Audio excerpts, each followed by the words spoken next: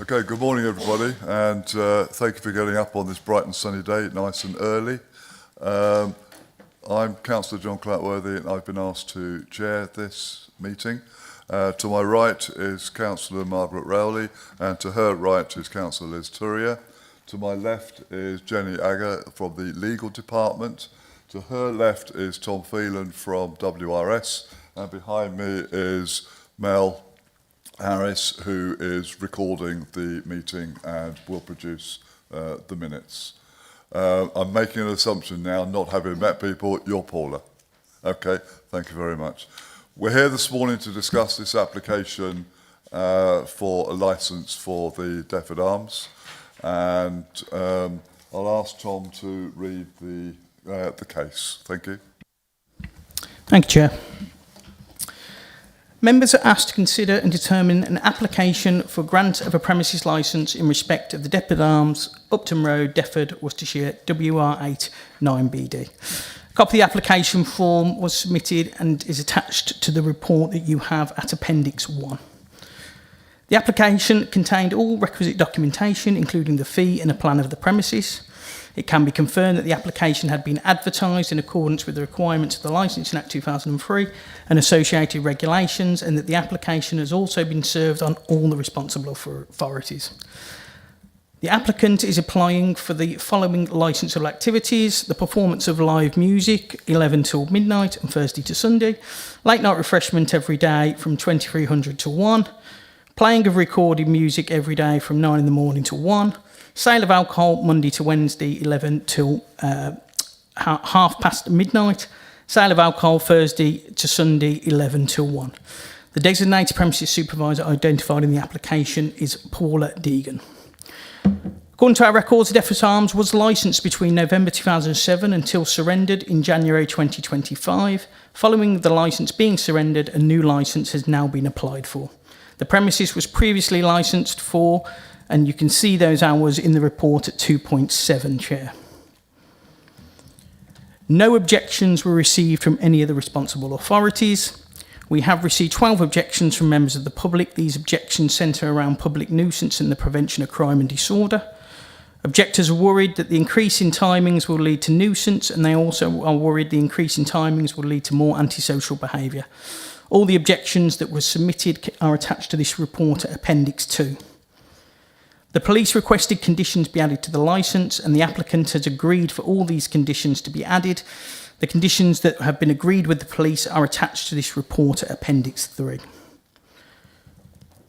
The subcommittee is obliged to determine this application with a view to the promotion of the licensing objectives, which are the prevention of crime and disorder, public safety, the prevention of public nuisance, and the protection of children from harm. In making its decision, the subcommittee is also obliged to have regard to the guidance issued by the Secretary of State under the Section 182 of the Licensing Act 2003 and the Council's own statement of licensing policy. The subcommittee must take such of the following steps as it considers appropriate for the protection of the licensing objectives, and that's grant the application as requested, modify the conditions of the licence by altering or omitting or adding to them, or rejecting the application whole or in part. Thank you, Chair. Thank you, Tom. Paul, have you anything you'd like to add at this time before we hear from anybody else or any questions? The only thing I wanted to say, the only thing I want to say is that the application for live music comes to 1 a.m. That's not the case. The 1 a.m. is only if we have any events or anything for an extension on the licence, just to save us time and money in the future. The pub will be run as a normal village pub with 11 p.m. in the week, 11:30 at weekends, and live music will only be either weekends or once a month at the moment. We haven't decided yet, but it won't be throughout the whole day. It's only background music played in the pub during the day times, from opening times till evening. It's just we've got speakers inside the pub for just background music only, and that's all that's for. So if it's not a specific event where you would make further application, music, whether it's live or recorded, will be inside the building, not outside. No, it'll be inside the building and off by 11 o'clock. Obviously, the way o'clock. the application has come across, it looks as though Yes. there is potentially going to be live music outside until 1 o'clock. Yeah, 'cause unfortunately in the I application- think would cause a lot of discern to some people. Unfortunately, in the application form, you can't put all those stipulations down to what we want. It's either music or no music. So this is probably the confusion. But there'll be no live music outside. The live music will be off by 11 p.m. every night without any... 11 o'clock every night, it'll be switched off. Any music played inside the pub, as in like with the speaker systems we've got, will be turned down. Doors will be closed by 9 p.m. So to try and prevent any noise to the neighbours. That's what I'd like to say for now, if that's okay. Okay, thank you very much. As we start to go into... Jenny, does anybody who wants to speak now, or do we go into questions? We need to hear from the objector. Okay. Right, I had a request. There are people are allowed to speak if you've made a pre-application to do so. And I know that Councillor Paul Middleborough wishes to speak. Paul, over to you. Thank you, Mr. Chairman. I've been a Wychavon District Councillor for 22 years, and I must say this is the first time in 22 years I have ever been to a licensing committee or a licensing subcommittee. So I don't know my way around this system at all. Since I wrote, and I wrote primarily to ensure that the residents who were objecting, that their views were given considerable weight by you, the subcommittee, a number of other things have come to my attention. First of all, I have seen the police report, which has been dealt with very satisfactorily by the applicant. I also went to the Defford and Besford annual parish meeting where the applicant spoke and I think clarified a lot of the issues which are actually in some of the other objections, and did that in a very timely and sympathetic way for those residents. I've also, and of course this doesn't come into play, had several telephone calls from other people living in Defford, being very supportive of the application. So my view primarily is that you give appropriate weight to the objections by other people within the context of what I've just said. Thank you. Do we have any other speakers who have made representation before? Would you introduce kindly myself? give your name and your position? Sure. My name's Richard Otley. I'm speaking on behalf of my mother, who put in an objection. She's 89 and recently lost my father, her husband, and she's asked me to speak on her behalf, which I understand is acceptable for these. Well, I'm grateful. Thank you. Pat Otley, Ottley. Thank you. I think it's really important to say from the outset that my mother supports the idea of a village pub. And this is not an example of NIMBYism or trying to have a cake and eat it in this scenario. She has been a long time supporter of the village pub in Defford and continues to be so. It's about some of the issues around late night opening and music, which has given rise to concerns. And I'm making these comments on the basis of the application as drafted. I have no idea about what boxes you can fill in and what the drop downs are, but we have to, and I think you have to, deal with these matters as presented in the application and not as amended in oral submissions from the applicant. I'm not going to go through the points in detail in my mother's objection, because hopefully they stand and are legitimate for these purposes. The application itself recognises the significant risk of public nuisance and of crime and disorder that would and could and would arise from late night opening and becoming a late night music venue. And I say that because if you look at the log that's referred to in the application at page 7, paragraph 15, it's something I think that was suggested by the police and been picked up by the applicant. But essentially that is a record of crime and antisocial behaviour that the applicant notes in and around the pub. Now, that, if you like, it speaks for itself.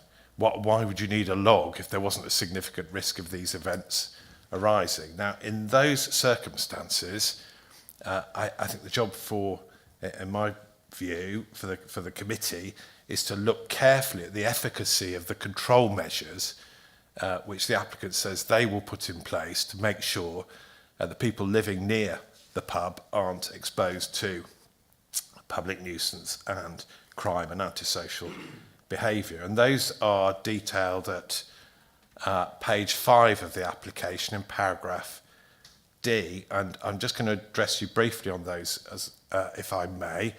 They come from the police report, and whilst at face value they appear superficially attractive, when on closer examination they should not give you the reassurance that this pub can be open late and music can be played late in terms of the application.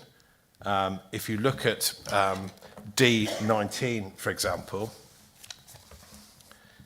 it says staff at the premises must ensure that patrons leaving the premises do so in an orderly manner. They do not cause annoyance, disturbance to occupiers of premises in the vicinity, which is likely to give rise to complaint. There is no indication at all as to how that might be achieved. Once someone goes through the exit door of that pub, what is it envisaged that the applicant's staff will do to make sure people aren't shouting, slamming doors, doing whatever else people do when they've been in a pub late at night? So I think, in my respectful submission, that is not an adequate control measure for these purposes. If you look at D21 on page 5, saying the licensee or nominated representative shall ensure that when live music is performed after 9 o'clock, so that's suggesting that music will go on after 9 o'clock. Regular checks will be made outside the premises on at least an hourly basis to try and ensure, I think it should be ensure, the sound does not give rise to a public nuisance. Now, that gives no indication at all as to what is an acceptable level of noise coming out of that building. So if there's no indication as to what constitutes a nuisance and what doesn't, as to who would do that check, where they would do it, how they would do it, what equipment they would use, that, as I would say, is a completely ineffective control measure. If one looks at 22, which is the fourth of 5 control measures, 21, it says all external doors and windows must be kept closed other than for access and egress. There is no detail at all in relation to soundproofing that's been taken, in relation to noise readings within the pub. Those of you that may know the Defford Arms will know that it has windows all along the frontage, which is opposite the acre where my mother lives. No indication at all, nothing about secondary glazing, as to how that music might be controlled. So you cannot safely assume that item 22 in that a selection of 5 or 6 control measures will in any way ameliorate the problem of noise and public nuisance. And at 23, there's a secondary check, which as I read it, appears to relate to the pub garden rather than music outside. But again, it refers to the volume of any entertainment to suitable levels. No indication as to what a suitable level is, who's taking the reading, where they're taking it, how they're going to record it, what equipment is available to them. So again, you cannot be assured that that is an adequate control measure to deal with that particular risk. The only other points I'd like to make are in relation to parking problems caused at the venue. You have no information before you as to the capacity of a music event. You have no information in relation to the parking available at the pub. I think you can take notice of the fact that there is no public transport into Defford at the moment, and I'm sure it's something which may come across your desk in another context. So we can assume that there will be significant vehicle numbers going to and from the pub. You cannot be assured, in my view, that that the numbers visiting will not mean that people have to park in the acre at night. Now, if you've got people there till 1 a.m, you've got staff leaving at 1:15 or so, that will inevitably cause significant noise nuisance to the residents of the acre, and it is a very significant consideration in my view. I hope those comments assist in just outlining where my mother's objection lies. Thank you. Thank you. Had anybody else given a... Okay, in the same way, if you'd like to give us your name. Yeah, my name's Atta, Roger Atta. I live about 150 metres away from the public house. I made representations about this matter as contained in my email of the 15th of May this year. So far as I'm concerned, I don't intend to reiterate the points which my friend has outlined because I think they're reasonably succinct. But I conclude from my perspective that the predominant objection is the music, the live music, up till midnight, which can be inside or out, and recorded music outside again. Previously, the licence, as I think was set out at paragraph 2.7 of the application, of the pack at page 8, basically encompassed that all pertinent entertainment, live entertainment, recorded or otherwise, was inside, not outside. So I failed to actually understand how the drop box does not allow for that particular issue when it's been done before. Now, I submit that there was no real issue with regard to the licensing provisions which were granted previously. And I would emphasize that live music outside is likely to cause a public nuisance. And that is directly contrary to the Licensing Act of 2003, and also the Wychavon's Statement of Licensing Policy, which was endorsed on the 1st of September 2024, and which lasts for 5 years, as you, Mr. Chairman, well know, I'm sure. I understand from PC Gibbs' report what he says, of course, and my friend has outlined other concerns, but another concern which I've got is that PC Gibbs, whilst he doesn't object to the application is regarding live music outside, and in my submission he doesn't actually address that particular point at paragraphs 21 or 22, because at paragraph 22 it says all external doors and windows must be kept closed other than for access and egress. So in other words, he is contemplating, I would submit, and he's not here to answer, which is regrettable, I would submit, he's not here to answer that particular point, because I would submit that he is relying upon that music being inside rather than outside. Those are my submissions, Mr. Chairman, and I just emphasise once again the points which I've made in my email of the 15th of May, other points which have been made by my friend, and other points which have been made in the emails which have already been dealt with by yourselves and which you've seen. Those are basically my representations, and they surround live music outside, which can, of course, lead to public nuisance and disorder. I understand that the licensee will take pertinent steps to prevent such disorder, but a public house, in my submission, is of course a public house. It serves alcohol. Thank you. Have you any comment in reply to any of those comments before I ask my colleagues for questions? Yes, as of the live music outside, we're not planning to put live music outside. The only reason why we put this in is we're trying to run it as a village community pub fundraising, and there may be a few things we put outside in the garden for the kids, but we're not going to have live music playing till all hours outside at all. As for the, I can't remember what the gentleman over there said earlier. Sorry, my mind's gone blank. I do apologise. The live music indoors. Now, what we've done is any live music we've had, as we've run the pub for the last 2 weeks, exactly how we plan to run it in the future. We have no complaints whatsoever with live music. We've had the live music put in the restaurant area at the furthest point away from the road, which is double glazed in the restaurant area, as the pub is single glazed. It's not very soundproof, so we've tried to put it into that side. We go outside, not with any specialist equipment, because we haven't got that, but we go outside, and by the time you get to the end of the car park, you can't hear the music at all. So we're just trying to stop being a nuisance to the neighbours, so they don't have to listen to the music late at night, and then by 11 o'clock the music is off. Okay, thank you. Just a quick question from a comment that has been made already. Do you know what your rough capacity for car parking is?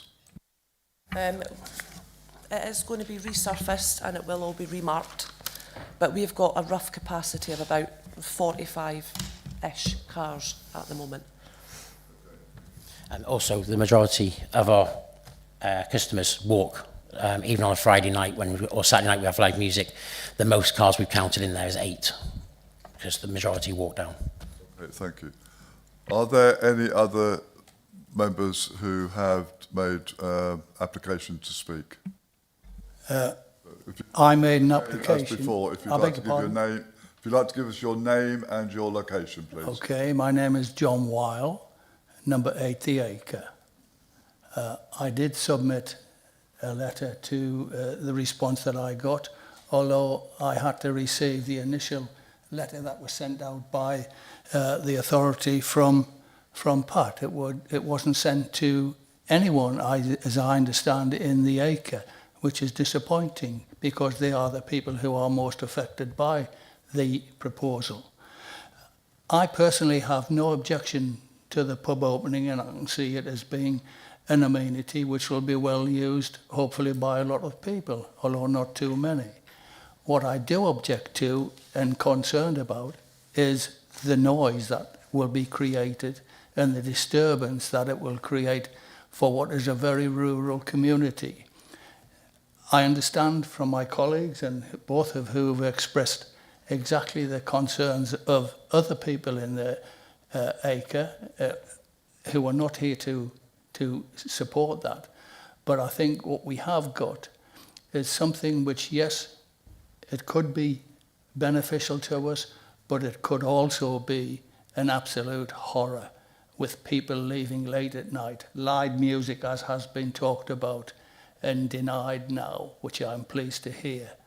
But people leaving in a licence until 12 o'clock and after that, that's more a nightclub than a pub. And I support everything that's been said.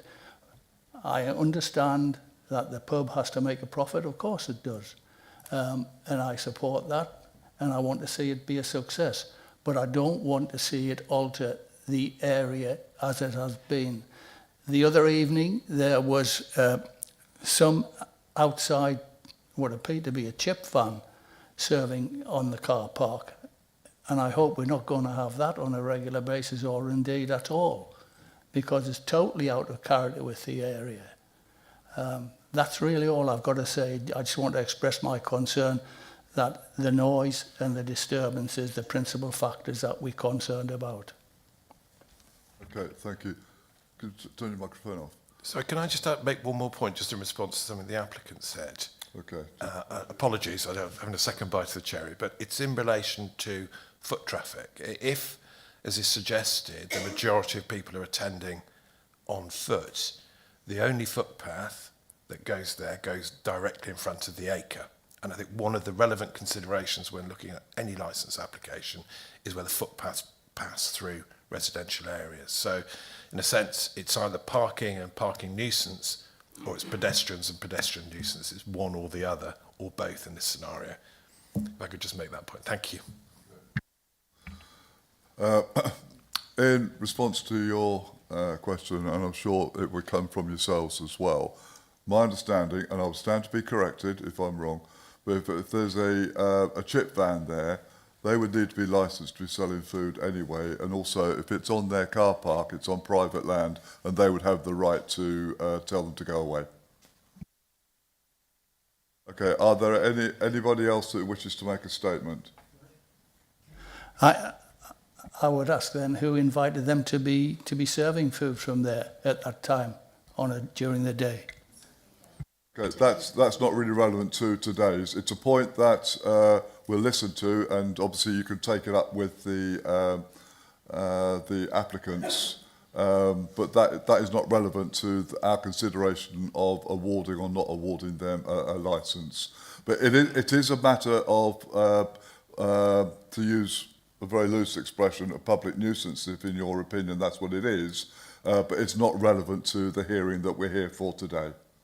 I understand that, but I do say if that is an example of what might happen, then it's something that we're rightly concerned about. That is something that we can consider when we go into private session, all right? And your point has been noted, okay? So you wish to... Again, like the others, if you could just give your name and your location, please. Yeah, my name's Nigel Edward and I live in Defford Village. I'd just like to respond to a point that the gentleman made about the car parking capacity. Did you make a representation? I didn't. I'm afraid you're not able to speak then. Sorry about that. Okay. Questions then from my colleagues. Any order? What is the capacity, internal capacity for your pub? If you're, I'm surprised because why have you applied for an external licence for music if you intend it to be internal? We have one speaker in the garden, which will have recorded music until 9 p.m, which, as is in the pub, is very low-level background music. As for the max capacity, we have had it measured, and it is over 97 square metres. And allowing the 0.5 per person, we've even cut that down again to a max cap of around about 130. So then we are well in with the area that we've got. We're not, obviously, you're not going to get that many people. We're in Defford. We're not opening a nightclub. We're not going to get a lot of traffic from outside the village. There's plenty of other places that people will go for late night entertainment. That was not our intention at all. Obviously, we've put in for the later licence.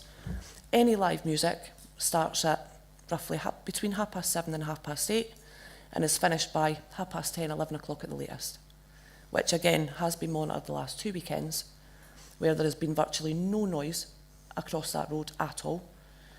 The customers that come in have all said when they walk down, they hear nothing until they get to just outside our building.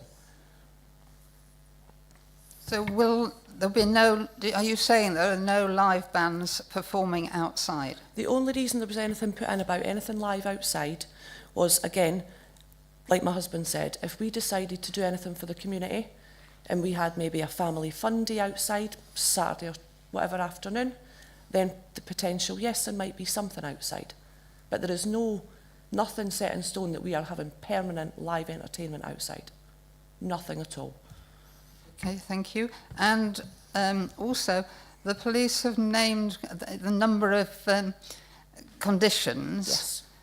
Are you going to be able to provide sufficient staff in order to put those conditions in place? Yeah, I mean, any of the conditions that the police have put in, obviously I have agreed to.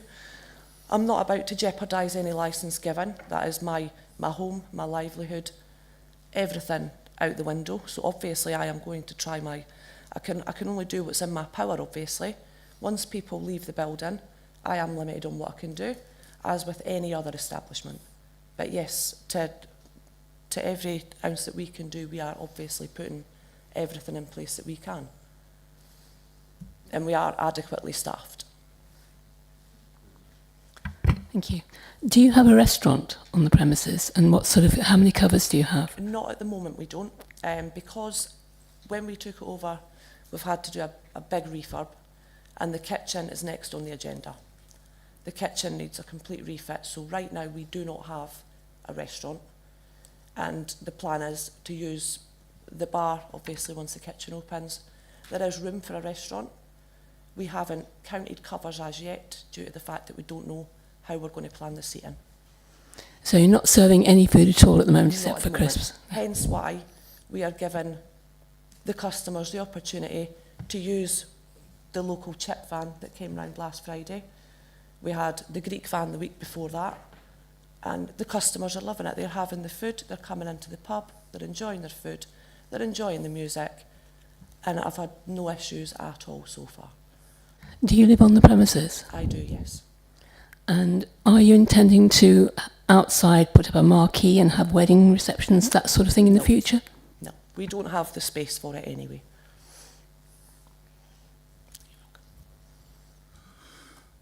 Under the representation from the police, number 12, it talks about at least one door supervisor will wear body-worn video. You have the facility to provide that?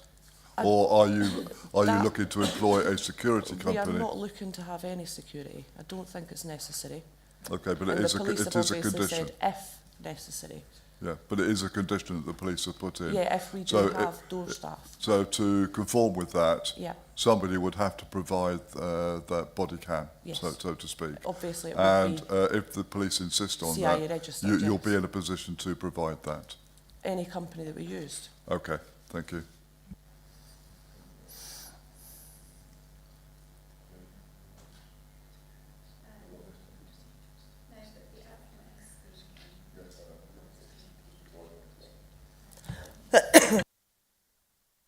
Okay, before we ask you to leave whilst we consider the application, the applicants have the right to response and any further statement you might like to make.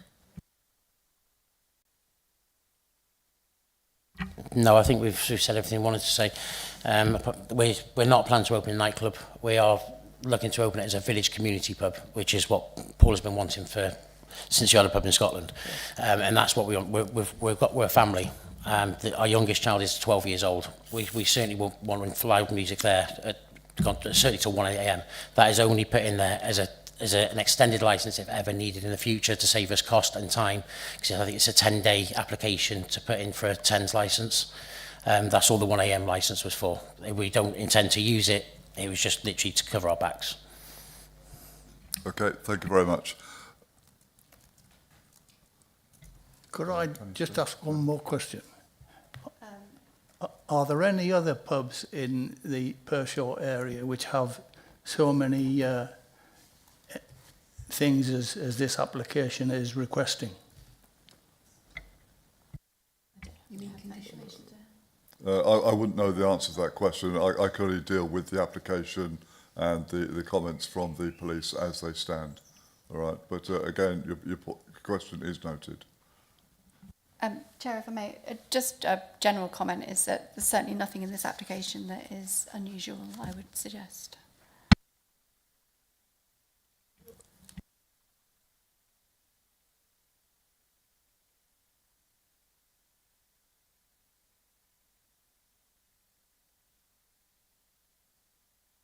Oh, sorry, and when we've